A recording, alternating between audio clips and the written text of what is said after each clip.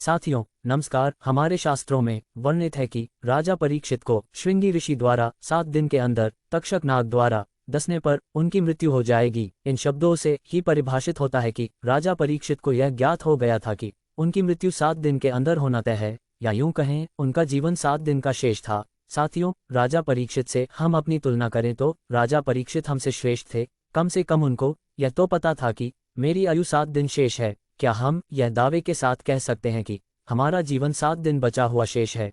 कदापि नहीं, हम नहीं कह सकते, क्योंकि अगले पल की खबर नहीं क्या हो जाए। आयु के मामले में तो राजा परीक्षित हमसे कई गुना श्रेष्ठ थे। कम से कम उनके पास अपने जीवन को सार्थक करने के लिए उनके पास 7 दिन का समय तो था। हमें अगले पल की भी खबर नहीं क्या हो जाए। अकस्मात कोई हादसा, कोई बीमारी, किसी भी वजह से हमारी मृत्यु हो सकती है। हम अगले पल की गारंटी नहीं दे सकते। इस मामले में राजा परीक्षित हमसे श्रेष्ठ थे। उनको यह पता चल गया था कि मैं कम से कम 7 दिन तक तो जीवित रहूंगा, और उन्होंने 7 दिन के भीतर सत्कर्म कर अपनी सद्गति सुनिश्चित कर लिए थे, अपना जीवन सार्थक कर लिया। श्रीमद् भागवत ज्ञान का मन से श्रवण कर अब हम राजा परीक्षित से ही यह सीखते हुए अपने जीवन में भी अनुसरण करें कि जीवन का कोई भरोसा नहीं कब समाप्त हो जाए। इसलिए सत्कर्म करते रहे, परमात्मा के नाम का स्मरण करते रहे, परमात्मा का धन्यवाद हर समय करते रहे, खाते पीते सोते बैठते काम करते, क्योंकि यह जीवन भी देने वाला वही परमात्मा है और जीवन लेने वाला भी। तो साथियों, अपने मन में लेस मात्र भी अहंकार ना रखते हुए हमेशा अपने संपर्क में जो भी आए उसे प्यार बांटते रहें, मदद करते रहे, क्योंकि संतों ने भी गाया है, क्या भरोसा इस जिंदगी का, साथ देती नहीं है किसी का। क्या लेकर आया बंदे, क्या लेकर जाएगा, खाली हाथ आया इस दुनिया में खाली हाथ जाएगा। हमारे संत महापुरुषों ने लिखे हुए शास्त्रों में वर्णित कथाएं आज भी ज्ञान दे रहे हैं। हम उनके बताए ज्ञान का अनुसरण करें और इस अनमोल जीवन के महत्व को समझें। हमारा जीवन इस धरा पर किस उद्देश्य की पूर्ति के लिए हुआ है उसको समझे। संसार की सेवा तन मन धन से करते हुए परमात्मा को हरदम याद करते रहे, क्योंकि क्या पता कौन सा पल आखिरी हो जाए। राजा परीक्षित जी बहुत बड़ा उदाहरण है। संसार के लिए उनका 7 दिन का जीवन था, हमें 7 पल का भी पता नहीं।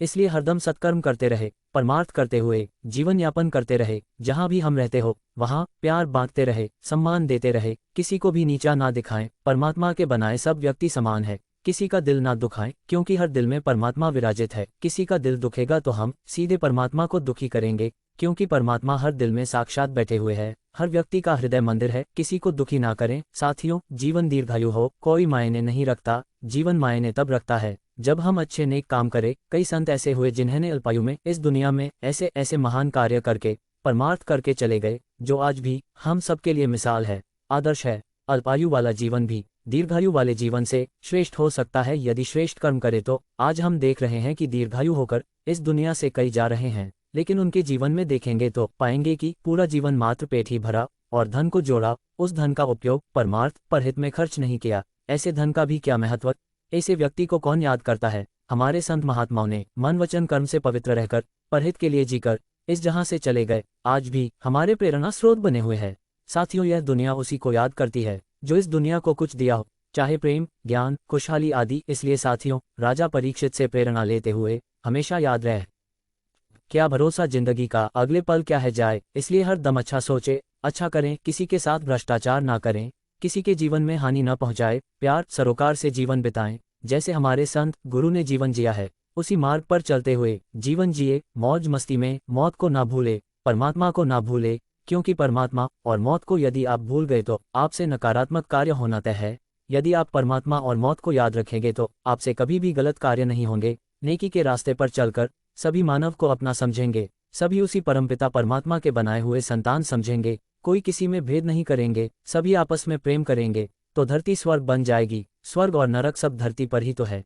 यदि धरती पर नफरत, अत्याचार, भ्रष्टाचार, हैवानियत रहेगी तो नरक है, और यदि उसी की जगह धर्म, प्रेम, भाईचारा और सद्भाव एक दूसरे में समरसता, यह दुनिया स्वर्ग से भी बढ़कर है। इसलिए साथियों, राजा परीक्षित से हम सीखते हुए अपने जीवन को सार्थक करें और जितना भी जीवन हमें परमात्मा ने दिया है उसको सत्कर्म में लगाए। भले ही हमारी आयु अल्पावधि हो या दीर्घायु हो, हर दम सत्कर्म करते रहे, प्यार बांटते रहे, प्यार पाते रहे, सम्मान देते रहे, सम्मान पाते रहे, सभी में मित्रता हो, सब में आपसी प्रेम भाईचारा हो, कोई भेदभाव ना हो। श्री राधे कृष्ण।